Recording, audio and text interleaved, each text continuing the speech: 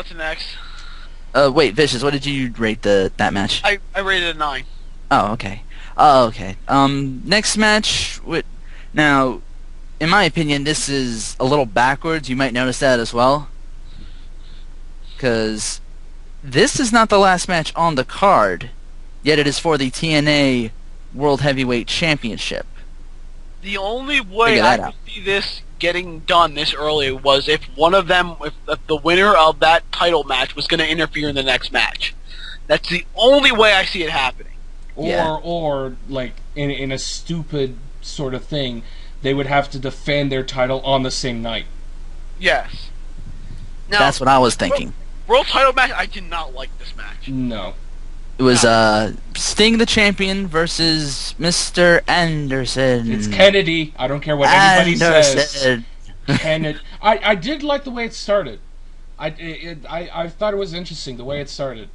Mr. Anderson coming out and doing his whole thing, and he got the first Anderson out, and then Sting slowly rises behind him, and he takes the mic and shouts Anderson, and he just starts fucking wailing on him.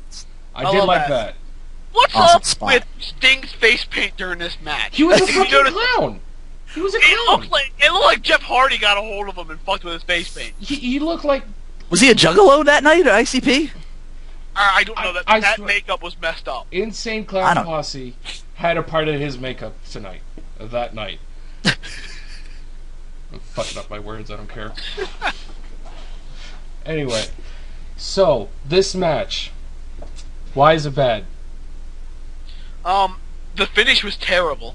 I didn't like the fact that Eric Bischoff came down and got himself involved. I worry when Eric Bischoff shows up because the last time he showed up in a main event, we had the Jeff Hardy incident where the match lasted for like a minute, a minute and a half. I mean, Jeff Hardy took more time trying to throw his fucking T-shirt out than just starting the match. So when I see Bischoff come down, I'm like, oh god, here he's gonna fucking blow up again. For those of you who don't know, yes, Jeff Hardy is still suspended. Oh, he still works for TNA though. Yep. Don't know why. High on the job. Like, you could do that shit in the fucking 80s and 90s, but not anymore.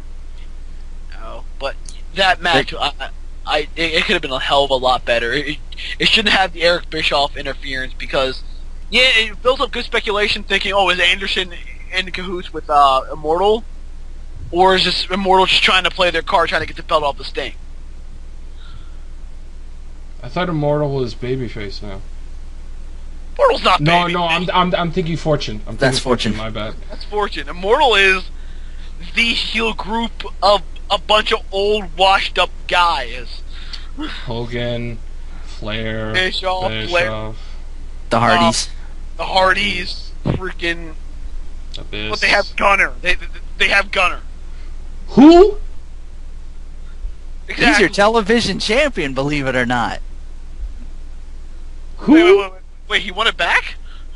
I think. I'm not sure. Last I checked, he was the television champion, or he might have gotten beat for it. I'm not sure. I'm pretty sure Eric Young is still the television. Oh, okay, good. Eric Young isn't he the crazy guy? I love Eric Young. Eric Young deserves so much better. Eric Young's a crazy, fucked up one, right? Yeah. Who has brain damage. Well, he's playing the part of brain damage. This is the second time he did this kind of role. Mm-hmm. Because just like with, what was his name in WWE? Eugene. Yeah. Once you do that shit once, and you do it well, you're labeled as that for the rest of your career. Yeah. There's no trying to verge off it, and Eugene's having problems right now because he got fired because of steroids. Yeah, I mean, it's poor. If people don't know, his original name is Nick Densmore. But yeah, Eugene, probably, a lot of people say, even Jim Cornette came out and said this, like, yeah, if that Eugene gimmick killed his career. It killed it. Mm-hmm. He could have been great because I believe Jim Cornette said that man had a lot of talent. He could do a lot in the ring. He was really good in the ring. He's a great worker and everything, but the Eugene gimmick killed him. And that was his idea. The Eugene gimmick was his idea. So he kind of just buried his own career. Mm-hmm. Well, he had its semi-run. Yeah, he did have the match with Triple H. Mm-hmm.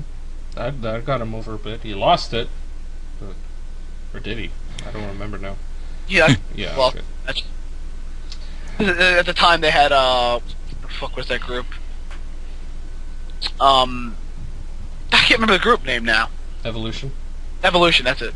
I'm thinking like 500 other different group names. You see, folks, this World Heavyweight Championship match was so bad, we're not even talking about it. I know, but to get back on the match, the ending was bad. Bischoff should have shown up. He popped in right in front of the ref. Just the end account. Sting thought he won the match.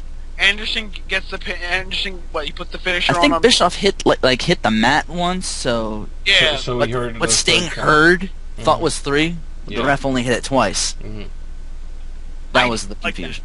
I didn't like that. I hated that freaking ending to that match. That could have went a lot better. That's a world title match. Something I'd never seen that before. It was interesting, they but yeah. Screw up the ending of it. You should have had a good, clean match.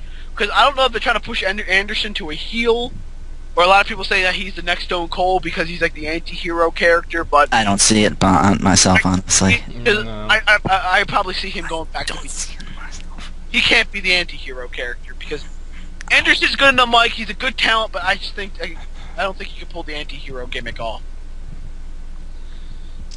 Overall rating? I give this like a 4. Probably give it the same. I'm giving it a 4. I'll agree it's a 4-star. Yeah. Bischoff kind of killed all momentum for it. Also, the blatant DQ, which should have been a blatant DQ. I think it was like a blatant low blow. I think the ref might have caught it at the corner of his eye. That's another thing. Who was it? It was Anderson. He low blowed Sting right in front of the ref, and he was looking directly at him. Directly. Don't you love the referees in TNA? Fucking give me Nunzio. Give me Nunzio, and I'll be happy. Well, you remember one thing. Referees in WWE don't have names. Oh, I will say this, though. The referees in TNA have nice shoes. Oh, God. They have bombing That's shoes. Good kicks on. I want those they shoes. They have Impact Wrestling shoes, the blue and black. Those work. It's like blue on the bottom with like the black line with I think there's like a white line around it or something like that. That's some sweet kicks. Those were some good shoes. I want a pair of those. What do I got to be a TNA ref? Be blind? Will that be in the TNA shop someday? The Impact shoes? TNA has Impact a shop. footwear. I can see it. I wouldn't mind having those shoes, but anyway, moving on to the last match, which shouldn't have been the last match, the final battle. I highly doubt it. Because it's been going on for like 6 months already. One man who needs to retire, and the other man whose hair beard thing confuses me. He's like Randy Orton in this case. You can't tell where his hair begins and his beard ends. He's got a mane or something like that. I don't get it. We have Jeff Jarrett versus Kurt Angle.